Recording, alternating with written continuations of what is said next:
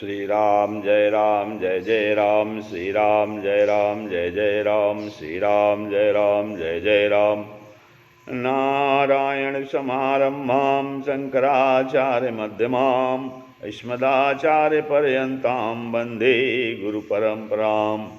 श्री गुरुचरण सरोज रज निज मन मुकुर सुधार, वरनौ रघुबर विमल जसु जो दायक फलचार। ओम श्री सीतारामचंद्राभ्याम नमः, ओम उमामहेश्वराभ्याम नमः, ओम श्री एकादशी दक्षिणेश्वर हनुमते नमः, श्री परमात्मने नमः। श्रीमद्भगवद्गीता अथाष्टमो अध्यायः। ब्रह्म, अध्यात्म और कर्मादि विषय के संबंध में अर्जुन भगवान श्री कृष्ण से 7 प्रश्न कर रहे हैं। अर्जुन उवाच किं तद् ब्रह्म किमध्यात्मं किं कर्म पुरुषोत्तम अधिभूतं च किं प्रोक्तो मधिदैवं किमुच्यते। हे पुरुषोत्तम, वह तत् ब्रह्म किम, वह ब्रह्म क्या है, अध्यात्म किम, अध्यात्मम किम, वह अध्यात्म क्या है, और कर्म किम, कर्म क्या है, अधिभूतम, अधिभूत नाम से किम, वह अधिभूत क्या है, प्रोक्तम कहा गया है, और अध्यैव, अध्यैव किसे कहते हैं। अर्थात इस प्रकार भगवान के वचन को सुन करके अर्जुन बोलते हैं। अर्जुन कहते हैं कि हे पुरुषोत्तम, वो ब्रह्म क्या है, अध्यात्म क्या है, कर्म क्या है, अधिभूत क्या है, और अधिदैव क्या है।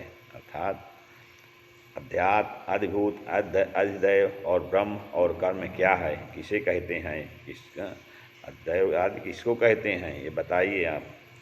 अधियज्ञः कथम को अत्रो देहे यस्मिन् मधुसूदन प्रयाण काली च कथम ज्ञेयो असि नीतात्मभिः।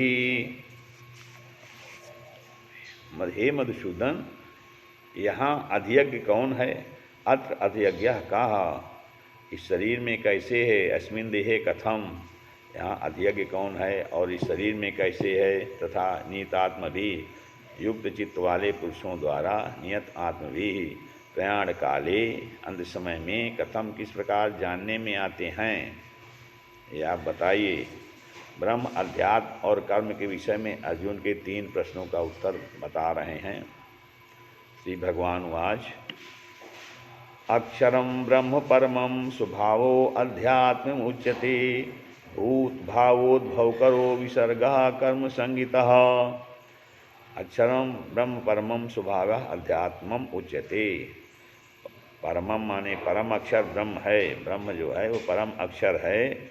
अपना स्वभाव अर्थात जीवात्मा स्वभाव अध्यात्म उच्यते। अध्यात्म नाम से जीवात्मा को अध्यात्म कहा गया है, कहा जाता है। भूत भावोद्भव करहा, भूतों के भाव को उत्पन्न करने वाला जो विसर्ग त्याग है वो कर्म संहिता, कर्म नाम से कहा गया है। और आगे अब भगवान अधिभूत, अधिदैव और अधियज्ञ के विषय में अर्जुन के 3 प्रश्नों का उत्तर दे रहे हैं। अधिभूत, अधिदैव और अधियज्ञ के विषय में।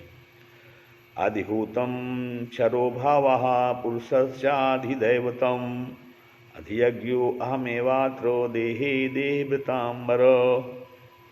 क्षरा भावा, उत्पत्ति विनाश धर्म वाले सब पदार्थ जो हैं क्षर भाव, क्षर माने जिनका उत्पत्ति और विनाश होता है। अद्भुतम, अद्भुत हैं, उन्हें अद्भुत कहते हैं। अर्थात जो विनाशी पदार्थ हैं जिनका उत्पत्ति और विनाश होता है उसे अद्भुत कहा जाता है।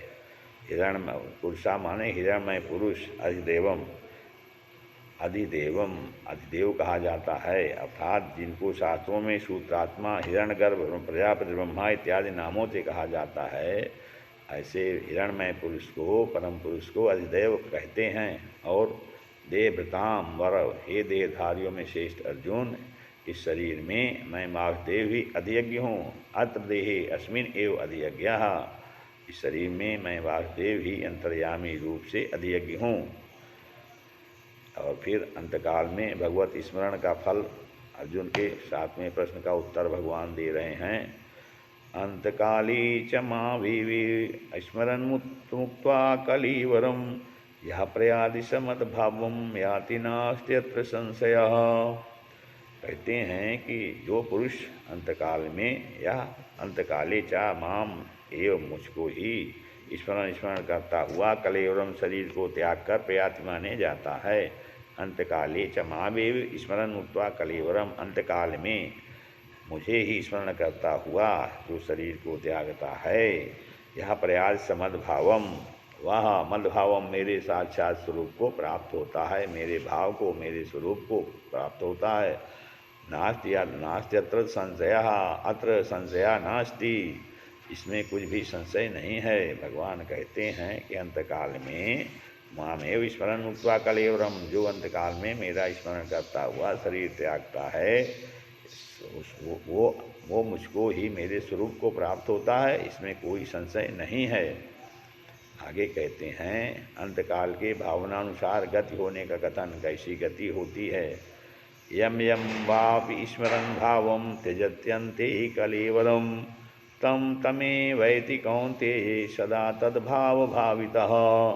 कौन्तेय अर्थात हे कुंती पुत्र अर्जुन, अंतकाल में जिस जिस में भी भाव को, अंते यम यम वापि भावम, जिस जिस भाव को स्मरण कलेवरम स्मरण करता हुआ शरीर का त्याग करता है, अंतकाल में जो मनुष्य जिस जिस भी भाव को स्मरण करता हुआ शरीर का त्याग करता है, तम तम उसको ही प्राप्त होता है। अर्थात अंतकाल में जैसी मति होती है वैसी ही गति होती है। अंतकाल तम तम एव इति, और सदा तद्भाव भाविता, इसे सदा उसी भाव से भावित रहा है, प्राप्त होता है, क्योंकि वह सदा उसी भाव से भावित रहा है। क्योंकि जो स्वभाव व्यक्ति का हो जाता है, जिस भाव को रहता है, वही भाव अंत समय तक उसका रहता है, और जो जिसके भाव होता है, जिसकी गति होती मति होती, वही उसकी गति होती है। आगे भगवान कहते हैं निरंतर भगवत चिंतन करते हुए युद्ध करने की आज्ञा एवं उसका फल बता रहे हैं। तस्मात् सर्वेषु कालेषु माम अनुस्मर युद्ध चा, मयि अर्पित मनोबुद्धिर्मामेवैष्यस्य संशयम्। इसलिए कहते हैं कि हे अर्जुन, तस्मात् सर्वेषु कालेषु, इसलिए सभी समय में माम स्मरो, मुझको स्मरण करते रहो और युद्ध करो, अर्थात मुझे बार बार स्मरण करो, मेरा विस्मरण मत करो। और मयि अर्पित मनोबुद्धि मामेवैष्य संशय, और यदि आप अपनी मन और बुद्धि को सदैव मेरे में लगाए रहोगे तो आप मुझको ही प्राप्त होगे, इसमें कोई संशय नहीं है। अर्थात मुझमें मयि अर्पित मनोबुद्धि, अर्पण की हुई मन बुद्धि से युक्त होकर तू निस्संदेह मुझको ही प्राप्त होगा। इसलिए तू सभी समय में मेरा स्मरण करता हुआ युद्ध कर। निरंतर चिंतन से परम दिव्य पुरुष की प्राप्ति होती है। अभ्यास योग युक्तेन चेतसा नान्यगामिना, परमं पुरुषम दिव्यम याति पार्थानुचिन्तयन्।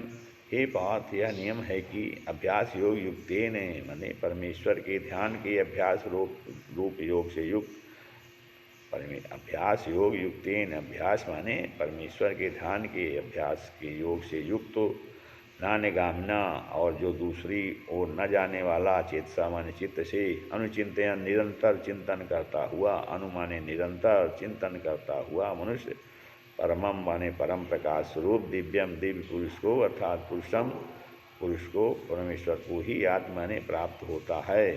भगवान कहते हैं कि हे अर्जुन, अभ्यास योग युक्तेन, अभ्यास योग परमेश्वर के ध्यान की अभ्यास रूप योग से युक्त होकर के, अभ्यास योग युक्तेन चेतसा नान्यगामिना, था जिसका चित्त, जिसका मन अन्य किसी देवी देवता में नहीं जाता है, अन्यगामिना, वो सदैव अभ्यास योग से युक्त होकर के, अर्थात उसका चित्त मन सदैव मेरे में ही लगा रहता है। अभ्यास योग उसे कहते, योग और योग का अभ्यास उसे कहते हैं कि योग माने आत्मा को परमात्मा में लगाना ही योग है। आत्मा ईश्वर अंश जीव अविनाशी, तथा ममैवांशो जीवलोके, जीवभूता सनातना कहा गया है। तो चूँकि आत्मा जो है परमात्मा का अंश है, आत्मा परमात्मा एक ही है आत्मा, तो उसे योग के द्वारा, योग कहते हैं बार बार अभ्यास के द्वारा उसको परमात्मा में लगाए रखना चाहिए।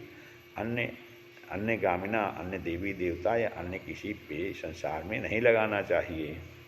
तो इस कहते हैं कि परमम पुरुषम दिव्यम याति पार्थानुचिंतयन्, तो ऐसे जो परम प्रकाश रूप दिव्य पुरुष को अर्थात मुझ परमेश्वर को ही प्राप्त होता है।